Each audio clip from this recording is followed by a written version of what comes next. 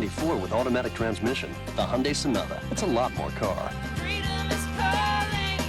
For a limited time, get the Sonata with automatic transmission for just $15,494. Home movies from the USS Constellation and Michael J. Fox next, ET. In the shadows of the war on terror, the CIA now takes a lead role in efforts to get Osama bin Laden. And CBS News learns of a secret meeting in this Afghan hotel in which the U.S. demanded the Taliban turn him over. The day of terror, some of the skyjackers may not have known it was a suicide mission. And the new world of air travel, much tighter security, longer waits, and so far, plenty of empty seats.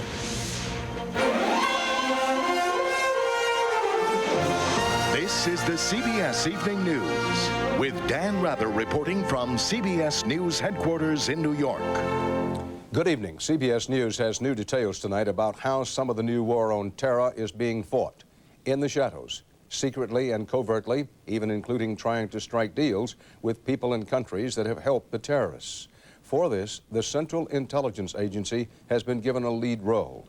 After a White House briefing today, House Democratic leader Dick Gephardt described U.S. strategy as meeting guerrilla warfare with guerrilla warfare. It also includes enlisting the hesitant support of some allies. Today, Saudi Arabia finally cut diplomatic ties with Afghanistan's Taliban government. Meanwhile, Interpol has issued an arrest warrant for Osama bin Laden's right-hand man.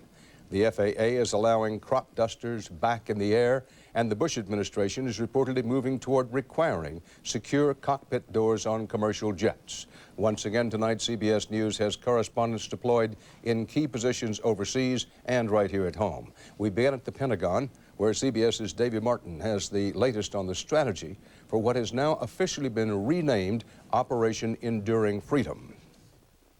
Although the armed forces have moved into position for airstrikes on Afghanistan, senior officers admit they are having a hard time coming up with a military plan of action that will do real damage to Osama bin Laden and his terrorist network.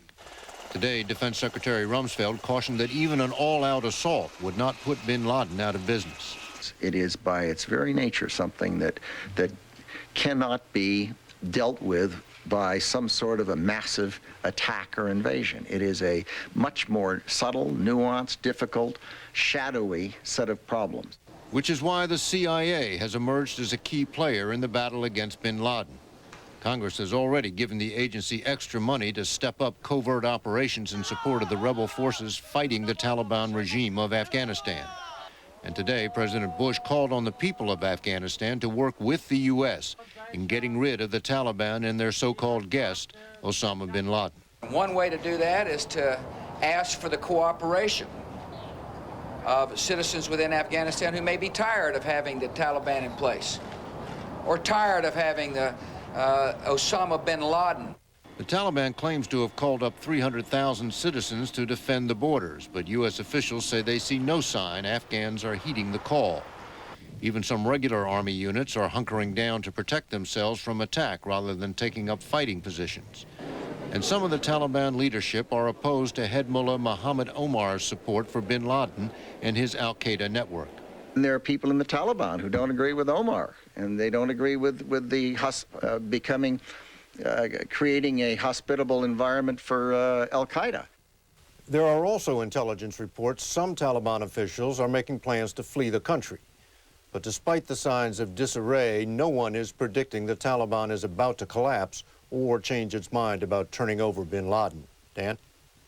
Live at the Pentagon, David Martin. President Bush says the world will not always know what the United States is up to in the battle against terrorism, but CBS News correspondent Alan Pizzi has learned of a heretofore secret meeting between U.S. representatives and the Taliban. 4 days after the attacks, 5 Americans checked into this hotel in one of the most potentially dangerous cities in Pakistan. Hotel records show they were booked in as U.S. Embassy employees. CBS has covered their names to protect their identities, but at least one was a military officer. The following day, 2 Afghanis checked in as Afghan embassy employees. Taliban sources say one of them was a Taliban military commander. State Department officials denied any meetings with the Taliban, as did U.S. Ambassador Wendy Chamberlain. No, sir. But CBS News has met with an Afghan-American businessman who described himself as a middleman and says he attended a meeting on September 16th between the U.S. and Taliban officials in the hotel in Quetta. I was very encouraged by the United States officials that they used restraint and very friendly terms, and they spoke very friendly with each other. Mohabbat said the Americans presented 3 demands: hand over Osama bin Laden, extradite foreigners in bin Laden's organization wanted in their home countries, and shut down bin Laden's bases and camps. I don't have the names of the camps or where they're located, but the United States have documents that they would like to hand over to Taliban. Security at the hotel was significantly increased when the U.S. delegation was here, an informed source said. This is a town where even foreign journalists aren't allowed to leave hotel compounds without an armed escort. The American and Taliban officials checked out on the same day, Sunday, September 16th. It is unclear at this time if any more talks are going on. Alan Pizzi, CBS News, Quetta. At least officially, the Taliban are more isolated than ever tonight after Saudi Arabia cut diplomatic ties and said the Taliban dishonor Islam by harboring terrorists. That leaves the Taliban with just one formal link to the world beyond their borders, as CBS's Richard Roth reports. Islamic Pakistan is now the only country in the world with diplomatic ties to the Taliban regime. And General Pervez Musharraf, Pakistan's president, insists they're worth keeping. At least there should be one country who ought to be able to have an access into them, to be able to engage them. But engaging the Taliban's not a promising prospect. Long live Osama bin Laden was the chant in Kabul today, along with death to America. Bin Laden's Al-Qaeda organization sent the same message in a fax to journalists here in Pakistan. Wherever there are Americans and Jews, they will be targeted, it said, if the U.S. attacks Afghanistan. Fear of an attack has now driven 1.5 million people to try to flee Afghanistan, according to relief workers. Food's been stockpiled, but the refugees can't reach it. Pakistan's keeping its border closed, citing security. Even so, according to a senior official in the military government here, there's been no buildup of border troops by either side. And an effort to reason with the Taliban will go on, as he put it, right to the end. Richard Roth, CBS News, Islamabad. Reasoning with the Taliban is not an option for Afghan rebels in what they call the Northern Alliance, which clings to a small part of northeastern Afghanistan. They will welcome U.S. help to beat the Taliban, but as CBS's Elizabeth Palmer reports from the scene, then they want to be left alone. The Northern Alliance soldiers come from different tribes all over northern Afghanistan. It's a volatile mix. Together, these fighters control about 10% of the country and share a common goal: to defeat the Taliban. The men gathered at the mosque today to mourn the death of their charismatic leader, Ahmad Massoud. He was assassinated by suicide bombers. The Northern Alliance believes they were sent by the Taliban. Death to bin Laden, they chant. Death to the Taliban. The Northern Alliance president then issued both an invitation and a warning to the United States. This is a great opportunity, he said. We call on the U.S. to fight with us. But he warned America should not try to control the future of politics in Afghanistan. Foreign meddling has never worked here. The death of Ahmad Massoud has not weakened the Northern Alliance's resolve to fight on against the Taliban. If anything, the leadership is now convinced that with America's help, the battle is about to turn very much in their favor. Elizabeth Palmer, CBS News, Haji Bahauddin in northern Afghanistan. As they hunt for suspects in the September 11th terror attacks, investigators have developed some new theories about the skyjackings. CBS's Jim Stewart reports this includes the possibility that one would-be skyjacker may be in U.S. custody. Although they have no firm evidence, federal investigators are exploring 2 novel ideas about the World Trade Center and Pentagon attacks. The first is that instead of 19 hijackers, there were to have been 20, 5 on each plane.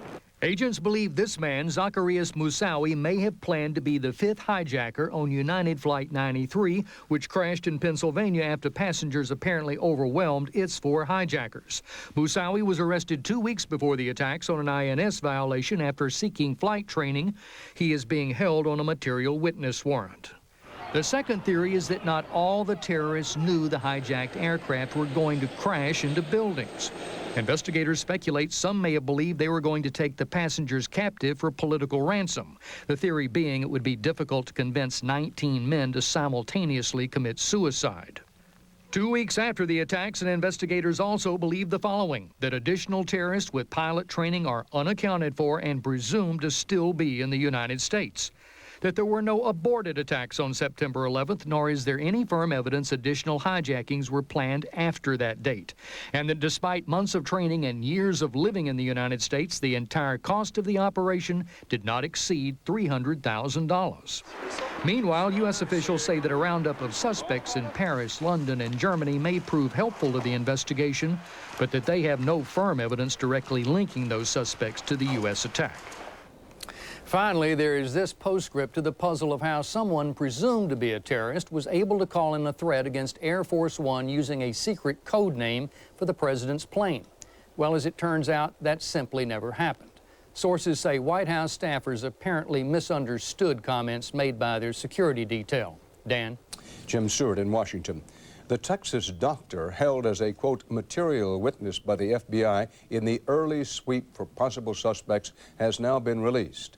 Al-Badr al-Hazmi flew home to San Antonio, Texas today, and the FBI confirmed that the witness warrant against him was dismissed. It turns out the Saudi-born doctor may have been a victim of identity theft with no link to the hijackers. On Capitol Hill, many proposals are being talked about to improve air and other travel security and also to stimulate the overall economy. CBS's Bob Schieffer has the real deal for you tonight about what's likely to happen on both fronts. First, Bob, what about travel?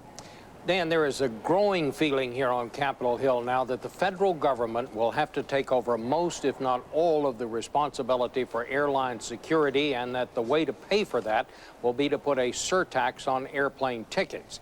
One plan being discussed would put airplane security and airline security under the direction of a single office that would also direct security for inland waterways, our ports, the railways, and all other modes of transportation. But whatever final plan is chosen, it looks like the federal government will be the main component. Bob, there's been talk of some kind of stimulus package for the U.S. economy. Where does that stand? Well, Alan Greenspan, the chairman of the Federal Reserve, met with some key senators today. He told them to have any impact, it would have to be a combination of tax cuts and government spending in the neighborhood of $100 billion. But I think senators, the general feeling is, let's wait a while on that. Let's monitor the situation. There will probably be a stimulus package, but they want to wait at least a couple of weeks before acting on it. Dan? Bob Schieffer, working Capitol Hill. Thanks. President Bush pressed Congress today to approve expanded federal authority to conduct wiretaps and detain suspects. In a visit to FBI headquarters, the president said these measures fight terrorism without, he said, violating civil liberties. But some in Congress aren't so sure, and they want more time to study these proposals. On the Market Watch, a survey of consumers finds confidence in the economy has taken the biggest one-month nosedive in 11 years. This report is based on data collected both before and after the terror attacks. Stocks, they bounced up and down today. At the end of trading, the Dow showed a gain of 56 points. The NASDAQ up about 2 points. Next here on the CBS Evening News, tightening security at America's airports means passengers need plenty of patience. Maybe you should ask your doctor about Flonase nasal spray or call 1-877-FLONASE. When your doctor writes your prescription for Flonase nasal spray, you'll be glad you took the time. Why wait? All you want is Flonase. 29, 30. 30. Now at Red Lobster, you can get 30 mouth-watering shrimp for just $9.99. Red Lobster, go overboard. The long jump, the dash. Life is like a sport, and your feet take the impact hard. But new Stride Guard insoles absorb 50% more heel impact than these Dr. Scholl's. Take more impact in stride. New Stride Guard insoles. The Heartburn Hotel. If you suffer persistent heartburn 2 days a week or more, despite diet change and treatment, it may be acid reflux disease. Prescription Prevacid can mean 24-hour relief from acid reflux disease. Prevacid turns off tiny pumps that produce acid. It has a low occurrence of side effects, such as diarrhea, abdominal pain, and nausea. Ask your doctor if Prevacid is right for you. So leave your heartburn behind, yeah! It's been 1 week since you looked at me, 'cause you heard the design and I'm angry. 5 days since you laughed at me, saying, "Let's together and come back and see me." Yesterday, you've forgiven me, but it'll still be 2 days till I say I'm sorry. Like vanilla, it's the finest of the flavors. And to see the show, 'cause I know that I go is at my door and it's so dangerous. You like to sign a waiver. I have a tendency to wear my mind on my sleeve. I had this it's been 1 week since you looked at me, dropped your eyes to the sides and said I'm sorry. He's at the 10, the 5. Fumble! Get your hands on new Game Day Cheez-It crackers. Football shapes for football fans.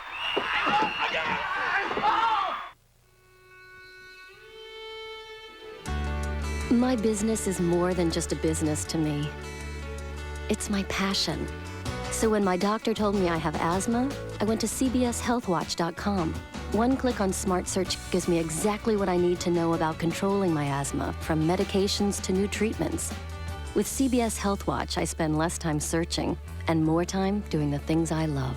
Save time, get answers. Visit cbshealthwatch.com. The government today lifted a 2-day-old ban on crop duster flights, but as crop dusters return to work, Attorney General Ashcroft warned that such planes might still be used by terrorists to spread chemical or biological poisons. The Justice Department says there have been 20 arrests for using false papers to obtain hazardous materials licenses, though the suspects are not necessarily linked to terrorism. Like the crop duster pilots, people who fly as passengers on commercial planes are very gradually returning to the skies. But as CBS's Maureen Maher reports in tonight's Eye on America, air travel has become an entirely new experience. If you haven't been on a plane in the last 2 weeks, virtually everything has changed. If we have to take these precautions, so be it. Fewer passengers, longer lines, strict security, and an unusual amount of patience. I fully expect and intend for them to go through my bags, and I'm fine with it. Security is tighter for everyone. The FAA has ordered criminal background checks for every employee with access to an airplane. From flight crews who now must go through checkpoints to ground crews, inside, outside, and on the plane. You always must be clear if you need any assistance. A dramatic effort to alleviate the flying public's fears is on.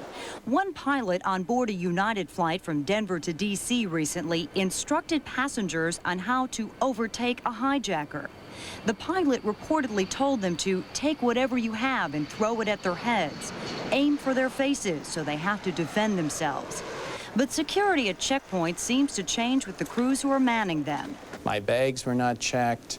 I was not frisked. They didn't use a wand on me. Daniel Custer says in his weekly commute from New York to San Francisco, he sailed through security at JFK International.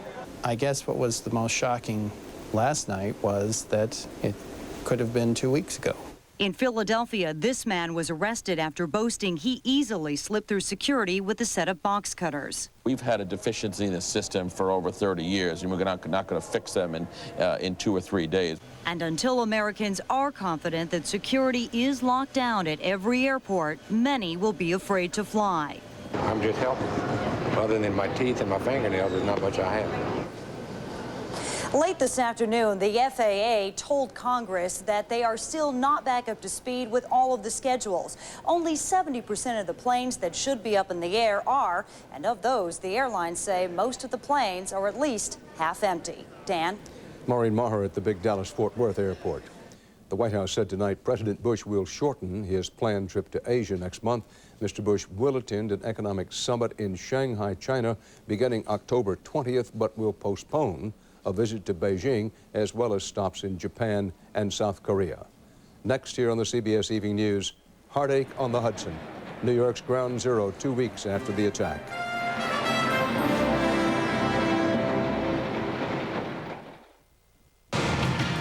This weekend, Enterprise Rent-A-Car announces special low rates from just $9.99 a day. Friday till Monday from just $9.99 a day. Pick Enterprise. We'll pick you up. 1-800-RENT-A-CAR. Your eyes need nutrition as well as the rest of your body, so Centrum and Centrum Silver added lutein to help maintain your precious sight. Now your eyes, your toes, and everything in between are covered by Centrum and Centrum Silver. More complete from A to Zinc. Now, the same caltrate that helps fight bone loss may help your colon too. In a recent study, caltrate helped reduce the risk of recurrence of colon polyps, a risk factor for colon cancer. The same caltrate you take for your bones, now for colon health too. Mom, how many Tums did you take right in front of the wedding planner? You snuck one too. It was a Pepsid Complete. Is that the same as Pepsid AC? No, there's nothing else like Pepsid Complete. It works fast like Tums, but it lasts for hours like Pepsid AC. So your heartburn goes away and then stays away. Chewable? Calcium? I gotta try this. Decisions? Tony, fabulous. Pepsid Complete. Just one, and heartburn's done. Have you tried the anchovy cookies? Oh, yeah. And the jalapeno dip? Life is like a sport. The impact of each step impacts more than just your feet. But new Stride Guard insoles absorb 50% more heel impact than these Dr. Scholl's. Take more impact in stride. New Stride Guard insoles. Why do I eat healthy choice sesame chicken? Beef tips portobello? Chicken Parmesan. Why? Why? Because it tastes great. Why? Because my body needs balanced nutrition. Why do I eat healthy choice? Why do I eat healthy choice? Why?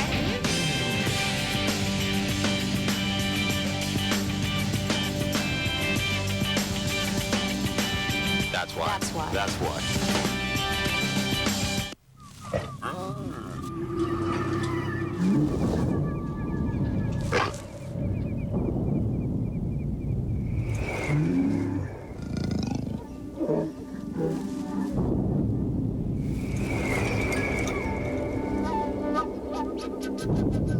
After the 270 horsepower Chevy Trailblazer, everything else just seems kind of weak.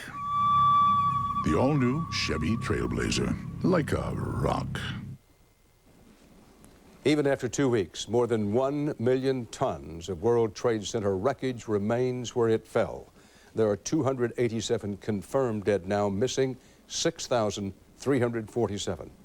CBS's Byron Pitts reports this 16-acre disaster zone now stands not only as a symbol of ruin, but also of renewal. Today, 2 weeks to the day, Lower Manhattan is still a skyline of symbols. Symbols of loss and of liberty.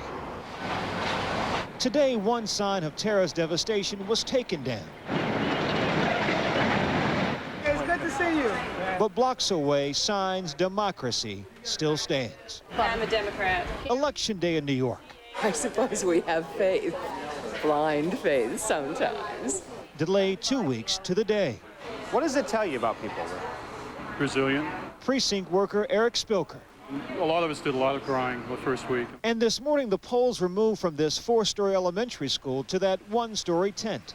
PS3 is now overcrowded with 3 other schools shut down by the attack. That was here at 5:30, and it was in the dark, and then finally the people came to move everything around, and I started singing. That's right. At 5:30 this morning, Lily Elliott was singing. Oh, I sang, oh, what a day this has been, what a rare mood I'm in. Then I said, I believe I can fly. Francesca Laprelle never believed in voting in primaries until today. To show that we're not, afraid to come out and vote. She also wanted to show her daughter. In a few more years, you'll be able to do this. A child who witnessed the explosion and learned 2 new words. 2 words she learned, help and hurt, over this whole situation. Hurt and help. Lessons for a child, legacies for a nation. Byron Pitts, CBS News, New York. Officials now confirm 13 dead in Sunday's coal mine explosion in Brookwood, Alabama. 10 of the miners died when they rushed back in to try to rescue 3 injured co-workers. Fires and explosive gas are hampering search teams trying to recover all the bodies. Cleanup crews are picking up mounds of tornado debris in and around the University of Maryland campus. When the twister hit late yesterday, 2 sisters were killed inside their car. A rescue worker died later of a heart attack. 50 people were injured. The U.S. Supreme Court announced today it will consider the constitutionality of school voucher programs much like the one President Bush has proposed. This case involves the use of taxpayer funds to send some public school students to private religious schools. The High Court will also decide whether the death penalty can be carried out against convicted killers who have been deemed mentally retarded. A question of good health from the Tylenol Company and Johnson & Johnson Merck. Cold and flu season's coming. Time to ask what's in your medicine cabinet. I have no idea what's in there. Here's how to get your medicine cabinet in shape for the season. Throw out all the old stuff you don't use anymore. Remove any medicines with old expiration dates, then restock with the things you'll need. For more tips, look for this display in stores everywhere. This year I will be ready. It's a question of good health from our family to yours. How was your dinner, eh? Oh, heartburn. I've got just what you need. Alka-Seltzer Heartburn Relief. Faster than Pepcid AC or even the leading prescription. Alka-Seltzer Heartburn Relief. Lincoln, Mercury, and Ford dealerships offer convenient Saturday hours because your tires, battery, shocks, and brakes are working hard all week, just like you. Our quality care professionals know exactly what your vehicle needs to be at its best. Now get a Motorcraft Tested Tough battery for $59.95, making it easier for you to get an expert under the hood. Quality care service on Saturday at participating Ford, Lincoln, and Mercury dealerships. Pete Sampras knows about One-A-Day's new active multivitamin with more B vitamins and ginseng to enhance energy. One-A-Day. Get active, stay active.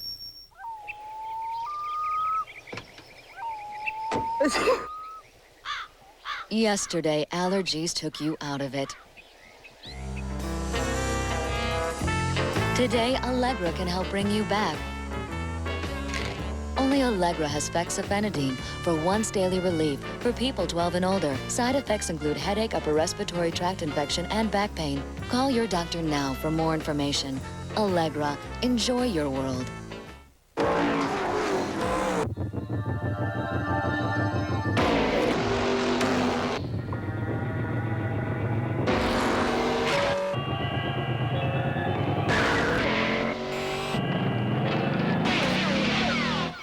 Who'd you expect?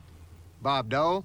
Follow Mark Martin and the Viagra racing team this season. Get to your doctor for a checkup and find out if a free sample of Viagra is right for you. And for more information right now, race over to Viagra.com. Our Portland woman is a contestant on the next Survivor show. We have a preview, and you'll meet her at 6.